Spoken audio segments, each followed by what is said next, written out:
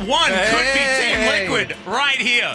You never know. However, it is definitely a tough ask. And the biggest issue here is because we've heard already, you know, Faker went through, you know, his injury with his wrist. Things were a problem. Came back into the team and was instantly the deciding factor, the game changer, the thing that made all of the difference.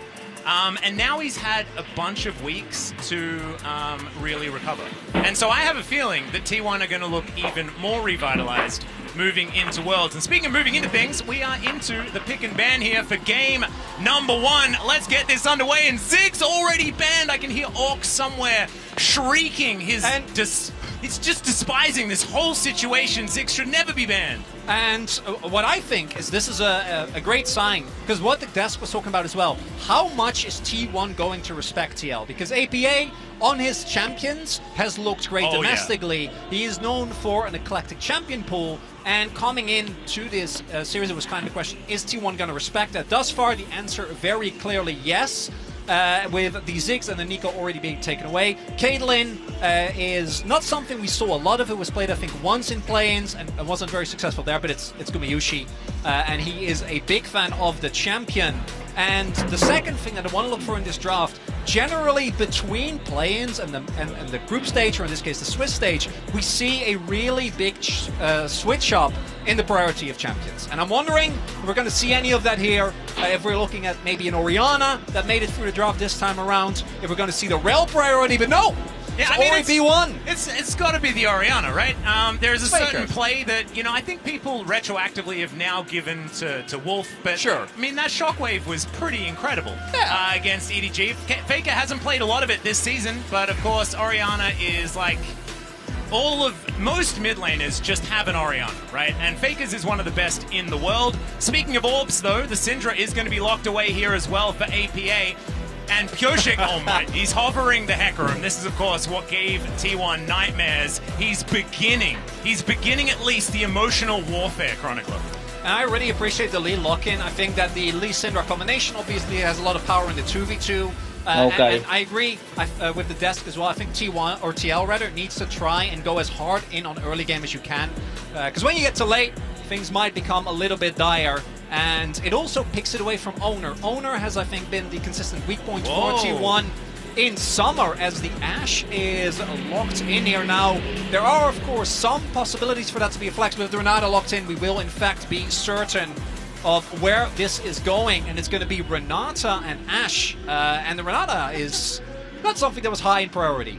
No, we have seen a little bit of it, but the thing is, Renata is often used as an answer pick, not a blind pick. Yeah. It is something that Carrier has been absolutely fantastic on throughout his career, but not recently, and definitely not in this situation, as there is Aphelios locked in for Yun, and I'm not a huge Aphelios fan at this particular point in time, but we'll see what they have planned for this Ashe Renata lane, which is extraordinarily face-up.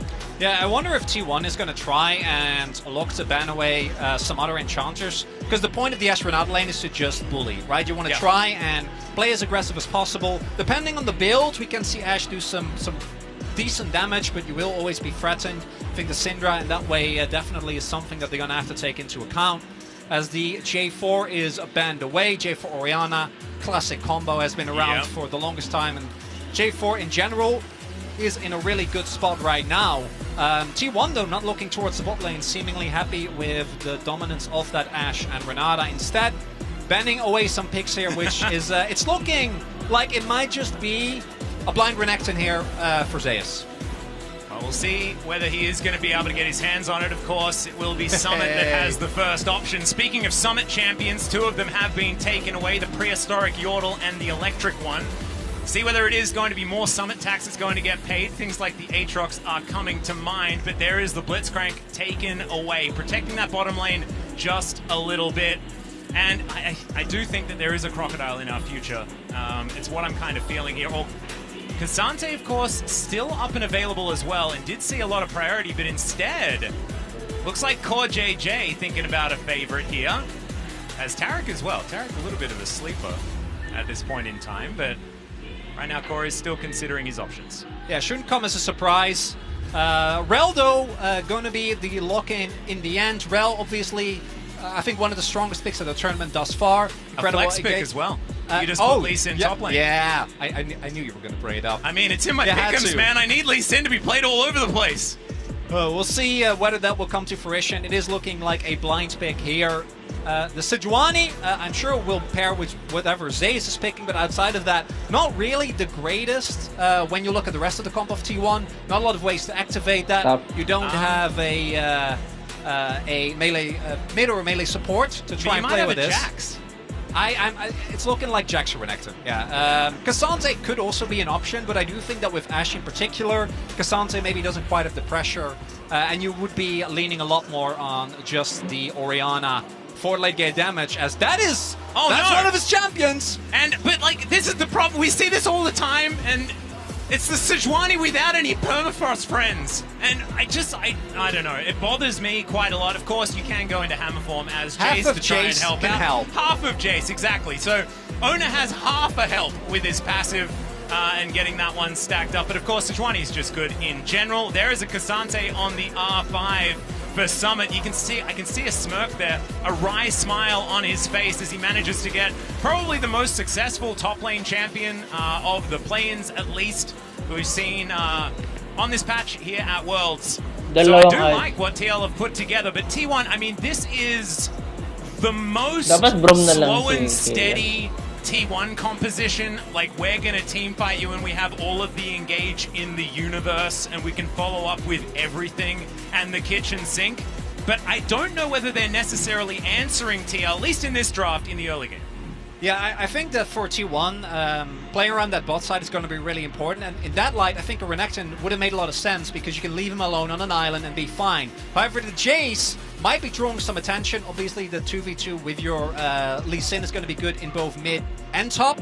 And as mentioned, the Sejuani, I don't know how good you're going to feel about that unless you're playing through Zeus, but with the pressure that Gumayusi and Keria are expected to have, I think T1 is going to try and leverage that to set up early objectives, and it is really hard to engage into the T1 comp, and I do think that there is a lack of range on Liquid. The Renata in particular actually working out really well there, but if you can catch the T1 comp off guard, right, and particularly with something like the Jace, can definitely be a big problem. I do think TL have a very well-rounded comp. That said, if they're not able to make anything happen around that mid-jungle or mid-top, or a top jungle rather, I'd still be worried for them. I feel like there's going to have to be a lot resting on Summit's shoulders this time around as well. But it is time. Let's get into our very first game of the Swiss stage here at Worlds 2023.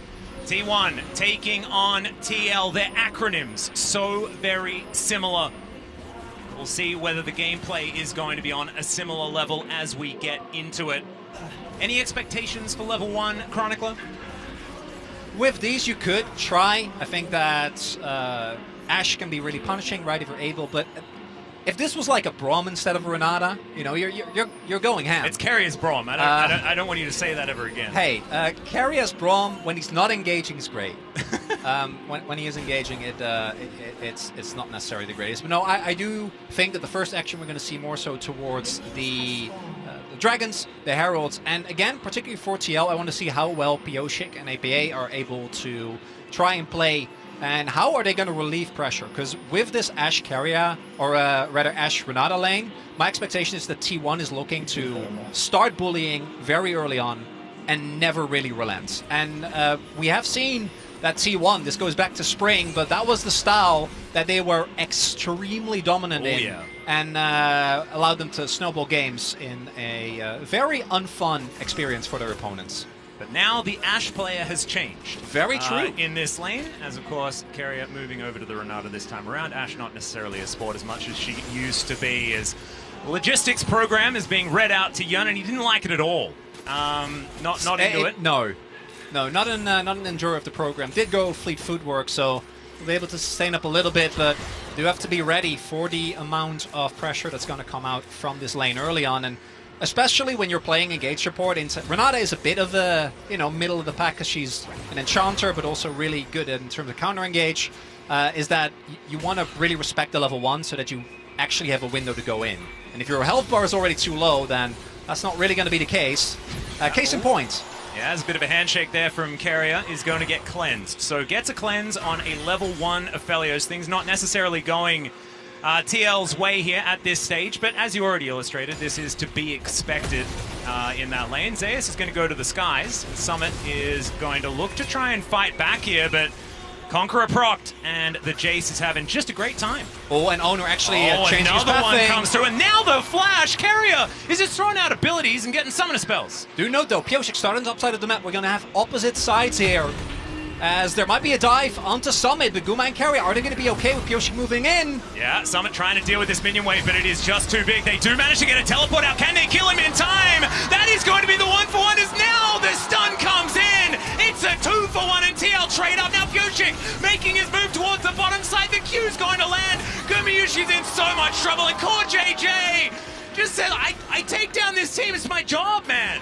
And TL coming up huge early. Yes, Yawn and Core get pushed in, but it seems like T1 wasn't ready for the gank coming in from Pyosik straight from his red buff down to the bot side. And then here, I think Owner just a little bit slow. It actually gives plenty of time for Summits to level up, regain some health, and then level 3 this early on. You just can't tank the turret. And if that's a 1-for-1 trade, maybe you take it, but now it's a big win. And then here as well. Oh, the flash. That's very unfortunate there for Gumayushi. Getting caught in the CC regardless. Core JJ just crashing down on him, and we're starting off with a 3-1 in favor of TL. And I want to go back to a conversation that I had with Jat. He referred to this earlier on. And we were having the chat, and I was telling him, like, if the game goes, TL gets an early lead, and then T1 stabilizes in the mid-game and wins, do you think that that's an expected outcome? And he was like, yes. But the other option is TL just keeps up the pressure. They just keep going, and then they win. Or they, you know, there could be a throw situation or something like that. Zeus is fighting against Summit here towards his top side. Still, Summit not having the greatest of times up here, but Owner, I mean, he's got a pretty nice tent up here, as it turns out. He does. And we'll see if this dive tent is better. Pyosik will get spotted, so I think that should be enough reason to maybe call it off. But I think the goal for T1 here is just to deny as much CS experience as possible. Maybe pick up plate as well. They will be able to do that. But with Pyosik, I think the top side dive not going to be repeated here. And yeah, T1 clearly came into this game trying to play as lane dominant as possible. And I think TL's response thus far, not too bad, but when you look at the CS, even with the play towards bot side, you do see that the dues are still being paid, and that this Ashe Renata lane is still really impressive to play into, because Yawn is still very far behind in CS, and when you look at the actual gold, it's been equalized. Yeah, it certainly has. In this mid lane, APA has been playing fantastically. Of course, didn't play a whole lot this year for TL. And there's a shockwave. As I say, he takes a whole bunch of damage, so perhaps the Cast Curse could just stop. And Pyosik looking for an opportunity here. Onto the Sejuani. He's going to be spotted there on the control ward. And Owner just says, no thank you, not again. Gumayushi's going to find some throw shots on Core JJ, gets the crash down. Pyosik is still just trying to run away from Owner. Doesn't get the Arctic Assault over the wall. Faker was coming down. Not going to be able to find him. So far, relatively smooth sailing here for TL. We haven't seen any more of those aggressive plays T1 tried to pull off in the early stages, and I think that we're probably just going to see some cool, calm, collected gameplay, try and get these lanes worked out, and then set up for some of these objectives. And I think that's the biggest difference, even with the early gank or the early kills going the way of TL, we already have 2 plays down in top, 1 play down in bot as well. So T1 are able to still trade pretty decently in terms of gold. Pyosik also, the constant attention that he has had to pay to his lanes has been working out, right? Forward the gank on top side, forward the gank just now on bot, because I think that Owner might have otherwise had an angle with the vision denial, but it also has meant that he hasn't really been able to have the early impact, and with Lee specifically, particularly against something like a Sejuani, you're really trying to be on the front foot. You're trying to be proactive. Once you're playing reactive into Sejuani, it's not the end of the world. We have seen Lee be able to still have a big impact when we get to the later stages of the game, but it does mean that TL, playing mostly responsive, are still going to suffer when it comes to these plates and to the CS. here on the bottom side of the map, you were talking about plays going down on the top side. Minions just being denied here. The Astronaut, of course, pretty good at it. But Gumi Carrier, Principality Games, kind of their bread and butter. Looks to be going just fine here at this point. Summit, good work. Should be able to spot out as he moves on in. There it goes. Maybe a 2-2. This could be some Summit baiting here towards his top side as Gojik is making his way in. The back is going to come through. Now Gojik's going to know that he'll have an opportunity. Full vision in this area. Zeus is going to move his way down. Feels a little bit frightened as to what could be the possibilities. Gojik paying some attention. No shock blast going to make its way into the Tri-Brush just yet. Zeus does turn back up again. On vision. There it is. And now Gojik is coming down. There's the all-out comes through. The Q's going to land. And Zeus, he knows that he's dead. The Q's going to land for it. Gojik gets another. Really nice setup there. An early ward from Summit showcasing where Owner is. And Summit with the Cassante has the capability to drag Zeus back. Set him up for Bioshik. Much needed kill. TL, I think, needs to make this game as fast as possible. Needs to try and throw T1 off. They are now on vision, starting up this objective. Core and Yon are already here. But with the wave that's being built on the bot side, I wouldn't be surprised if T1 just goes to the blades. Arrow coming in. Yeah, Owner is going to get blocked out, so Gojik is going to be able to take this one. The arrow's going to connect with Yon. He's going to be able to cleanse that one away. Owner still looking for more. And the shockwave left. Gojik is going to try and save that wave. The hostile takeover will cancel that. And Baker will grab his first of the game. TL trading the Rip Herald for just a kill. You're probably alright with it. Alternative, Summit also went and caught that bot wave. Now they are continuing to play. APA does a teleport. Yeah, 4 versus 3 potentially. No more shockwaves, so they don't have to worry about that all quite as much. So APA will be able to keep his friends alive for now. Very nicely done. I'm starting to feel like, you know, TL doing okay. I was a bit worried about that arrow play, absolutely. But right now the goal is very even. And we'll see where it plays down the Herald. Haven't really been able to do a whole lot of damage to turrets outside of the plate in mid. Again, at least in the lane phase, doing a good job here. And if they can actually use that to maybe set up a dive right towards that mid lane and go from there, could be big. As we take another look at this, I really like the setup for this play. Zeus went to pick up some fruit, comes back, and is delivered into the waiting arms of Bioshik. And this is basically a zero-risk play for TL because they knew where Owner had been. And then here, you end up giving up a kill, but I do agree. I think you take it at any time. The value that Herald provides is going to be very nice. And with the mobility and, of course, standing guards. Even though they do have to invest 2 flashes, giving up 1 kill, not the end of the world. The flashes, though, if you do have another fight coming up soon, might be a problem. We'll see when that fight is going to occur. Currently, no dragons have been secured. Of course, there's only one dragon at this point in time. However, has not been looked at just yet. Yeah. But JJ, looking for this top side of the map, as Owner is in position. Bit of a lane swap has come on through as Summit getting punished here underneath the turret. Another plate could fall, but no minion is going to be dealt with. He's going to have to wait for the next round. But I don't know how much more of this Summit can actually take. And he just used his teleport to get down. And I think Summit should still be relatively safe, but if he's not getting any help, he can try and clear. Zeus might be targeted here again, doesn't flash available. You can connect there from Giannis, now Zeus realizing that Kojik is there, he's going to flash out of the way! Oh my goodness, Kojik almost falls, but not quite enough there from Zeus to make him take 2 turret shots. Could have been a disaster, however, no one is going to fall, Zeus does have to use Flash. We do have Kyoshi making his way over, even with Owner being there. Looks like TL, at the very least, is going to drop the Herald here. Yeah, there is the Glacial Prison. Yun is going to be able to get out of the way. The arrow is going to sail by majestically. And the Rip Herald is going to slam its way through. Right, Vigil comes down, still a lot of damage. Off his back here by T1, and that will deter TL from coming on through here. But still, plate gold does go over. Such a good response by T1 because TL tried to overload the top half of the map, not actually getting the kills. I hope he gets some replays because there was a lot of nice work done there by TL, or T1 rather, to dodge all the skill shots, make sure that Zeus stayed alive. But on the flip side of the map, Gulag Carrier can just keep going. Carrier just went for the defensive ignite just to keep Summit as low as possible. And it does mean that even with the Herald, Gold is slightly in favor of T1. But thus far, early game has actually gone even, and I do want to highlight, I think T1, the reason why, we'll talk about it after this, because again, I want to highlight, we don't get to see Zayas sidestepping the Magnet Storm, that was really cool, but here they're able to clear out the wave. And even though the arrow doesn't actually find anyone, Zayas gets the knockback, and Owner then makes sure that he catches the Moonlight Vigil to keep his top laner alive. Yeah, the knockback right as the kick is coming through as well to deny any sort of follow-up. Really cleanly played there defensively by T1. Not going to be able to net many kills, only a 500 gold lead here, which is nothing to write home about whatsoever. Although postage pretty easy currently for most of the players on the Rift.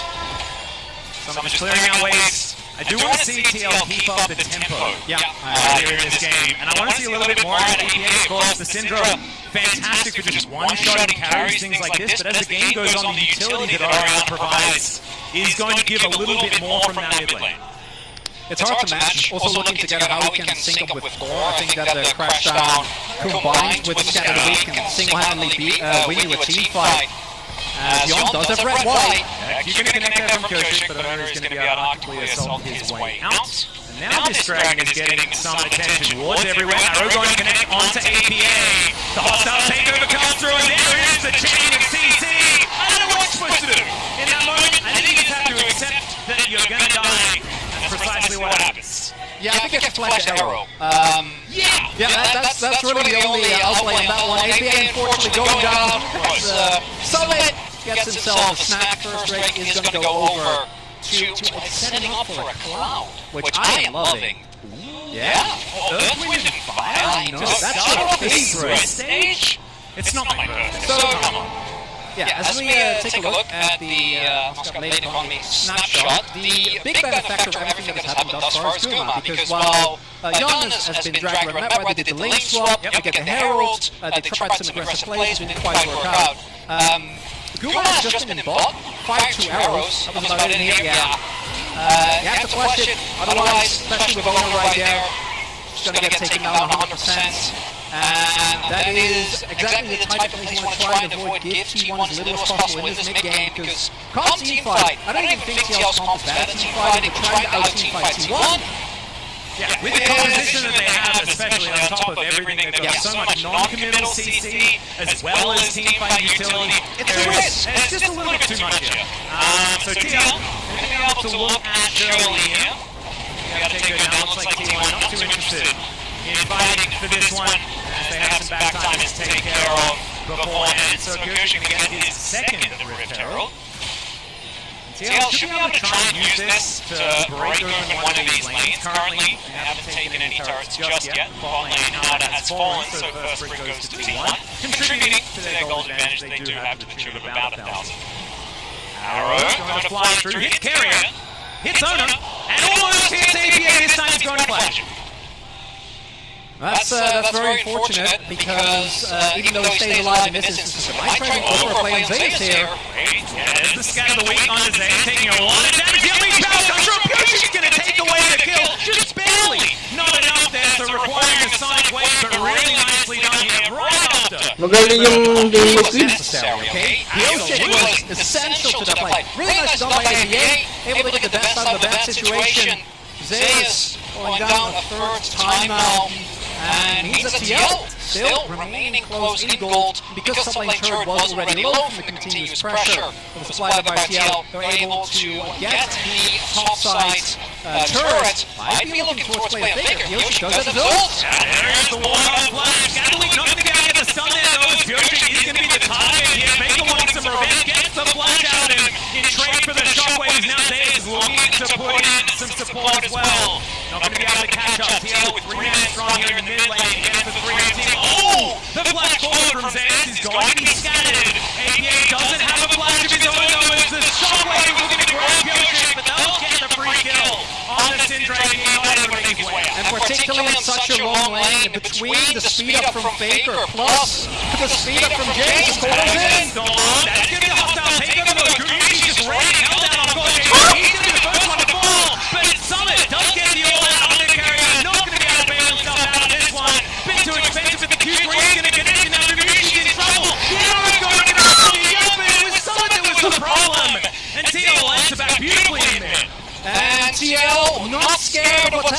topside Google immediately. in. Trigger in mid. You saw Guma there as well. I think a second of hesitation, like, oh, can I maybe help Carrier? Can we try and chew through this Cassante? The answer would have been no, but that moment of hesitation, Summit is able to completely capitalize on. And initially, it's a bit of a question, do you have enough damage with just Cassante there? But fortunately, even with Carrier able to stall the play a little bit, Summit able to make his way over, get on top of Carrier. The bailout not going to be enough to save him.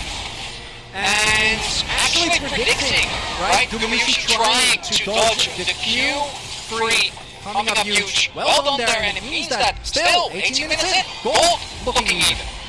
Unfortunately, we'll find Donut. Trying to get a shattering strike off as Gojek looking for Faker underneath the turret. He's going to get kicked into the wall as APA will just unleash the power and is going to reign supreme as far as the All Ladies concerned in this game. Summit. To get himself into this mid lane once again. That one is not long for the world, especially with this large minion wave. Someone's going to have to watch it fall down. Ona just provides some support as well. And the map, something that TL hasn't necessarily paid as much attention to as the handshake does come through. That's going to be a miss on the Glacial Prison though. So someone's going to survive. The turret is not. Yeah, T1 is really playing with Reckless. Like, we haven't seen this since spring. They're just giving up people left and right just to try and get these objectives. Owner might be in the top spots. Yeah, there's the scatter of the week, but TL not going to bite off more than they can chew, especially when you're not quite there yet. Dragon will be big, and T1 is set up around this objective. Not the best weapons here for Yon. See if he can get, but there's no Faker, right? No TP available. That's going to be Gojek locking that one down. It is going to be a Cloud Soul this game as well, so I guess it is my birthday. I don't need any more of those, though. I'm getting old. I'm loving it! Yeah. Earth, Wind, and Fire, everyone. Let's groove tonight as Gumayusi will be clearing out this midway. Let's have a look at the replay once again. There's quite a few things to get through. And the big thing here is that as we wanted to see from TL, they are continuously going for plays. And you see here the power. Like, what do you do with Faker? Particularly if you don't have flash or any backup. You can't outplay that. The moment that Yoshi lands the kick, APA guarantees the scatter, and the damage is always going to be enough. Nerf traps or no. And it's the kills where TL really has been able to get the better of T1. Now both these teams have a habit when it comes to Barons. Yeah. And very recently, it's been far more TL that has been going to those. In their playoffs, they were reminding us of some T1 evolve. Just it's hit 20 minutes, Barons on the map. Let's go there. Why not? Let's try and kill it. Hasn't necessarily been T1's MO towards the end of this year, though. But of course, they've had a fair few struggles there, so maybe some of the confidence played into that. T1 now going to have the opportunity to look over there and they can at least clear out some vision. So as it stands, I want to like pull us back a little bit. yeah, there's been a lot That going said on. 90-10 on the desk. Yes. Current game state, where are you putting it now? Knowing that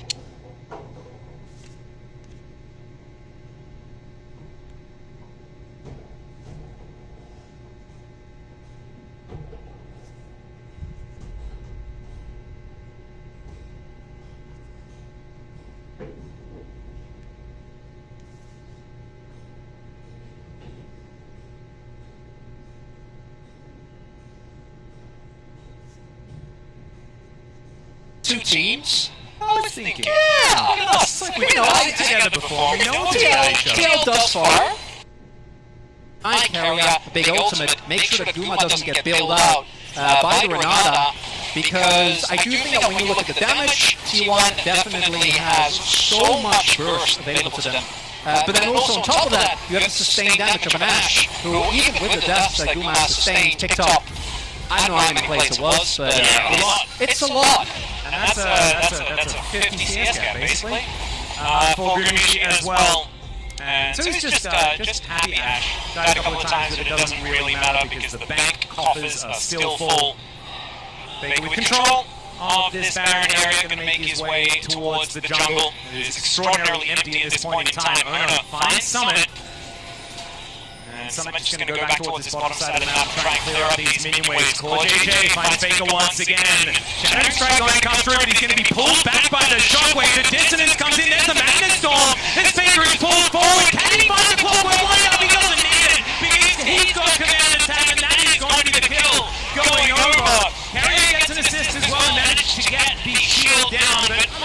give it a solo. Gillis Young gonna have to get out of the way of that one once again. Glacial Prison in trade for the cleanse. And T1 not pulling the trigger, so just going to be a kill. Not the end of the world for TL, but if you do this a few minutes later, if maybe more members of T1 are in the area, I don't think you're going to get away with just a kill in that situation. And this is where you see Faker went for Ludens as well as Voidstaff. So even against one of the tankier members of TL, you just shred for him in seconds. Faker actually investing in Flash here, otherwise the arrow might have been enough. If you can get that as all, the teleport here. Yeah, now Faker, as you just mentioned, does not have his flash available. The Dissonance doing a fair bit of work there because the damage build to Scatter the Weak is not going to quite find the man in the mid lane. Kojic going to get slowed down, but he connects the Q, and I have a feeling that even Faker's not going to be able to make his way out of this one. He's had some daring escapes before, but without flash, Orion doesn't exactly have too many methods, and now the TL Baron that we were just talking about, they're going to consider it here. The rest of T1 are in the area. Faker has teleport. There's 30 seconds on TL to make this play. If they can lock this down, it could be a huge advantage for them. They need to keep over out of this pit. That was APA. He's going down low. JJ looking for his opportunity. Can he get out of the pit? And it's going to be Kojic to lock down the Baron. Can they win the fight? There is a question. I'll take over. Gets the kill. You let the young to kill APA. It's a disaster for TL and Zeus. He knows that he's flashing over the wall. Young's going to be able to pick up one though. With these chakrams. I have a feeling that might be all he's going to be able to get. Let's see what he can do here. Uses the last of his mana on the moonshot. And yeah, he's in an alcove. I don't know whether he's getting out unless it's via the death chamber. So there it is. Going to be the kill locked down by Zeus. Faker TP to bots. Bioshik and TL are able. I think they actually played that really well. The initial setup around the objective is amazing. As this is so Bioshik. It's on the board, Baron. I don't know if they win this. Okay. Oh no! Bioshik trying to safeguard his way out. Somebody's here, but it's a little bit late as Bioshik. He cannot contribute to this fight. It is a Kazante melee range, but Guryushi is just so dangerous. The rollers are connecting, and someone's going to be okay. So but I guess nothing really happens. This is the type of game we want to kick off Swiss stage. A lot is going on, and it starts off. If you're a T1 fan, you've seen this one before, but this time around, there is no cross-map play. There is no grand plan. Faker just dies. And I really like the proactive use of teleport here from Team Liquid to then set up the Baron. The downside is there is still 4 people for T1, and a lot of resources have to be invested to take out Owner. The poke from Ash and Jace is so pivotal. I actually would have loved it if TL here just go all in on the engage, right? It was, because the follow-up engage from T1 is a disaster for Liquid, right? And if they also had done the Baron, it would have been a complete wash, but instead, I think TL, the fact that they are able to hold onto one of their Baron buffs is nice, but I don't think, it's a minus 600 Baron power play. The Rebel Baron power play has seen better days. It's not exactly the greatest debut of the Rebel Baron power play for the Swiss stage, however. We'll see what can happen here as Kojic still has the buff for another 40-odd seconds. Scatter the Weak not going to find Owner there, proving himself strong, I guess. And Summit going to clear out this mid lane. Still out in the mid lane, up and available here. TL going to have to try and break that one open, and the map really has been their worst enemy as T1 have really opened it up for themselves, and I think that's starting to provide a bit of a problem here for the North American representatives. And for TL, not getting anything out of this Baron is unfortunate. It goes both ways, right? Hey, they take it off the map. That is true, and that against T1 in particular, I think that is valid. At the same time, though, the standing gold can be a blessing and a curse. If you ever do get a decisive teamfight win, you immediately can balloon up to a pretty ridiculous amount, particularly if you would have had the Baron buff still on anyone that wasn't Bioshik. But at the same time, it also means the map control and safety that T1 still has, because of that mid lane turret, makes it really hard, because I do think TL, every fight should start with a pickoff. Maybe on Faker, Bioshik deep in enemy territory. Going for it, there's the kick does come through. Of course, Sonic Wave is going to connect as well. JJ looks for the opportunity, but the hostile takeover is there. Wow! Oh! Bioshik even goes on, giving the other one body arrow. We got the rest of TL gets into position. This is 2022 World Bioshik, like this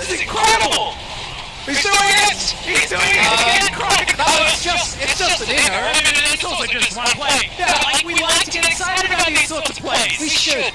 Exactly. Man, we've been deprived the pleasure of casting Pyosik for a full year. You know what? I'm gonna enjoy it. Say, are you gonna enjoy that? This is intense. I just have to say, I think TL has a small chance of winning this one, but it's small. Are we? I don't want to start How are you feeling. feeling? We upgraded to 70-30. Where are you going? So my heartbeat is currently at 125 BPM, according to my Mine's watch. 140. And that's probably lower than what some of these TL guys are at right now. Pyosik is playing on his mind. He actually feels pretty confident. So this is the problem with Team Liquid though. And I hope they've been able to overcome in the last 2 months. They've had so many early games where they were ahead or behind the goal. And this feels like a classic NA versus Korea game where they feel like they're getting all these kills, but no matter what, they are behind the goal. They get Baron, they're still behind the goal. But I will say, that does give you that sliver of hope. And I had to express my excitement. You're sticking around, right? If you want me to, I want to. Absolutely. This isn't we're gonna hear from Jat standing by. This is now it's a tracker. So welcome. And we'll see For the Jatless reunion? I feel like it you've was been doing 2019 last You've been doing an amazing job, but look at this. This is rare that after 25 minutes, TL gains gold on T1. Yeah. The goal difference, overtime powered by AWS, letting us know the T1's macro is still pretty good. I'm going to be looking as well towards the death cap finishes. Both Faker and APA are getting really, really close. And at that point, if anyone gets caught by anything, be it a straight out from owner, be it Pyosik going insanely deep as he has been doing throughout the entirety of this game, and you're going to get blown up in seconds.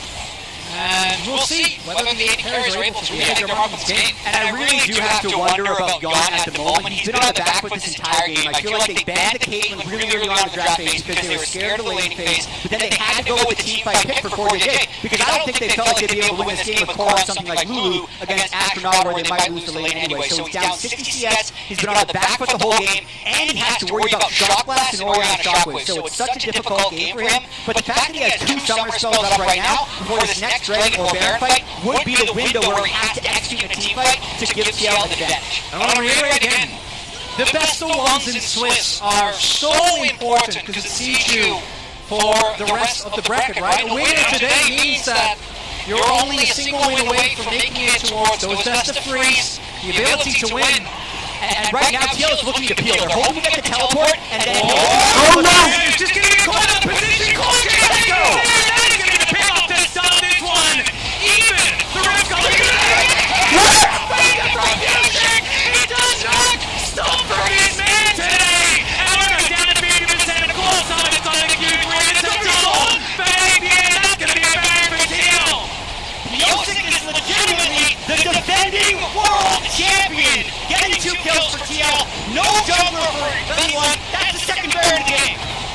2 for Liquid. I'm giving it at least 50-50 now, boys. 100%. That is going to be the secure of the Baron. And I have a feeling this Rebel Baron power play is going to be a bit bigger than the last one. And Pyosik in the quote says, we're going to have fun! You know what? It's all looking good! It looks pretty fun if you're amazing! Great time!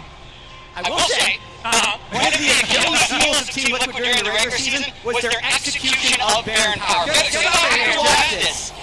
I have to keep hope low. That's how we got here in the first place. But right here, Corey J never showed. T1 did approach because they didn't have perfect vision on the Baron. They got the first kill. Pyosik on the TP was godlike. Man.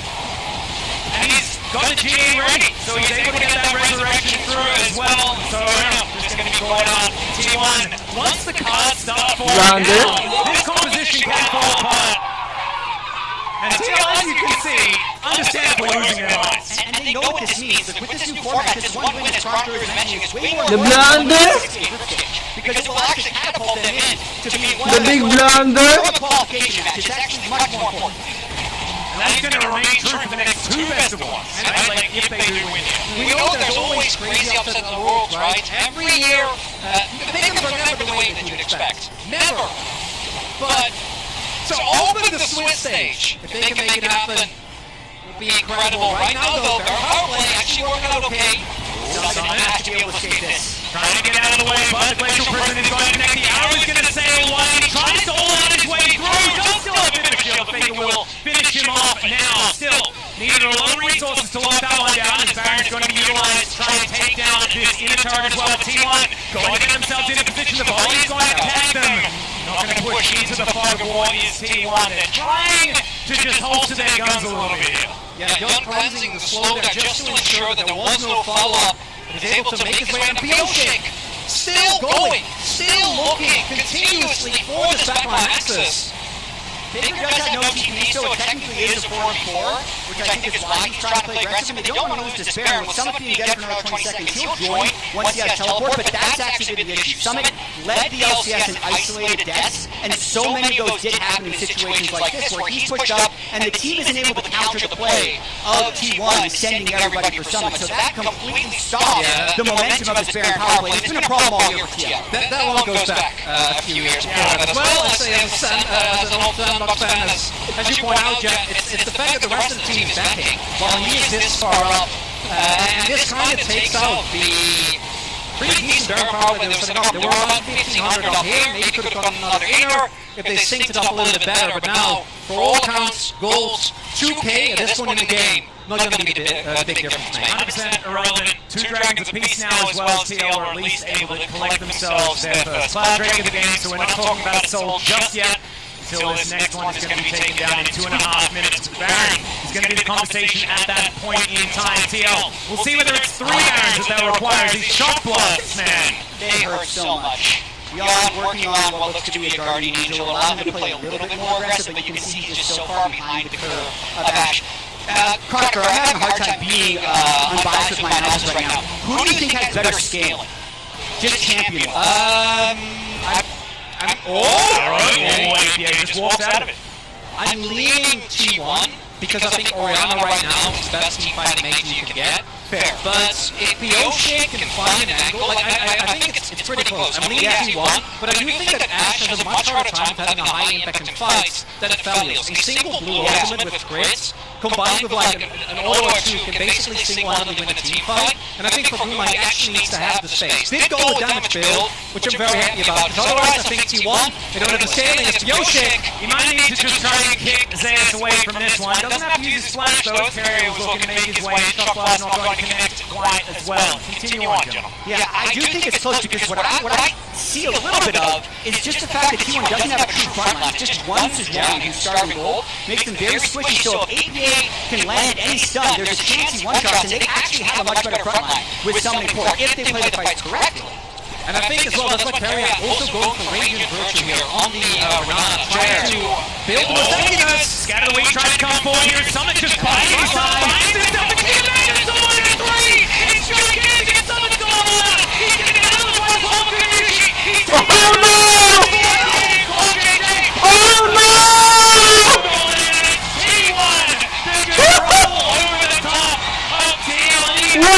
will not be allowed to escape the Tsunyushi. Looking at Chase after him, he's got the ward in the brush. And I have a feeling Summit, by going in the wrong direction, is probably still going to die. After a 35-minute nail-biter with 2 Barons going over to TL, T1, well they don't get the clean ace, the Summit stays alive, but they waited until they weren't. Chronicler, and that is going to be the Nexus turret falling down our turns, following the story of Summit, but it's the Nexus that needs to be addressed, and T1 are going to take the game, the first game of Swiss. I want to need a ladder for you, Dad, by the way, to get back up to the analyst test, I think. That's a great way to start Worlds. Yeah, It actually is. It was an amazing game. TL played their hearts out. T1 clutched up when they needed to in that final team fight. You guys did a great job. Thanks for having me. Thanks very much, Dad. We needed you. glad you are here. And if you followed up to the World Finals, the nightmares of T1 players are going to be haunted by Bioshik. I know they won, but I guarantee you,